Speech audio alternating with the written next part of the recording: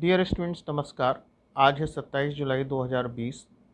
तो आइए चर्चा करते हैं ट्रेंडिंग टॉपिक्स की, कुछ इम्पॉर्टेंट इश्यूज़ की।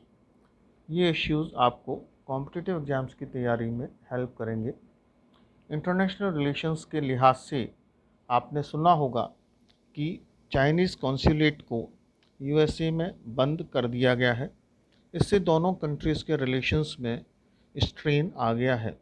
एक जो एम्बेसी होती है वो एक तरह का परमानेंट डिप्लोमेटिक इस्टेब्लिशमेंट किसी भी देश में होता है, लेकिन कॉन्सुलेट जो होता है वो कॉमर्शियल शहरों में बनाया जाता है। यूएस कॉन्सुलेट हमारे यहाँ इंडिया में चेन्नई में, हैदराबाद में और कोलकाता में लोकेटेड है। इसी तरह से कई देशों के कॉन्सुलेट मुंबई में भी लोकेटेड हैं। कॉन्सुलेट को कॉन्सुलेट ऑफिसर्स रिप्रेजेंट करते हैं जो कि गवर्नमेंट का, वहाँ की देश की गवर्नमेंट का हिस्सा होते हैं। इसी तरह से रेसिप्रोकेटरी एक्शन में चाइना ने यूएस कॉन्सुलेट को चेंगादू नाम के शहर में क्लोज करने का आदेश दे दिया गया है। एम्बेसी एक डिप्लोमेटिक मिशन है, लेकिन कॉन्सुलेट बिजनेस को बढ़ावा देता है। दूसरा टॉपिक ये है कि पोस्ट पेंडेमिक हैबिटेशन में किस तरह का बदलाव संभावित है और क्या क्या चैलेंजेस आ सकते हैं, साथ ही अपॉर्चुनिटीज़ क्या हैं। हाल ही में इससे रिलेटेड न्यूज़ आर्टिकल्स कुछ लीडिंग न्यूज़पेपर्स में पब्लिश हुए। इस तरह की जो पेंडेमिक है बहुत समय के बाद आते हैं, अतः गवर्नमेंट्स को, सोसाइटीज़ को, थिंकर्स को इस बारे में सोचना पड़ता है। जैसा कि हम सभी अंदाज़ लगा रहे हैं कि इस पेंडेमिक के बाद समाज में बहुत बड़ा बदलाव आएगा।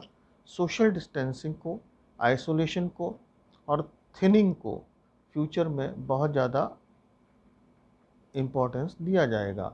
हमारी जो सोसाइटी है क्लोजली निट है, मतलब आपस में क्लोजली बुनी हुई है, डायनेमिक सोसाइटी है। और इस तरह के जो डायनेमिक कॉन्स्टलेशन ह्यूमन और नॉन ह्यूमन बॉडीज़ के हैं, इनको हमें अवॉइड करना होगा।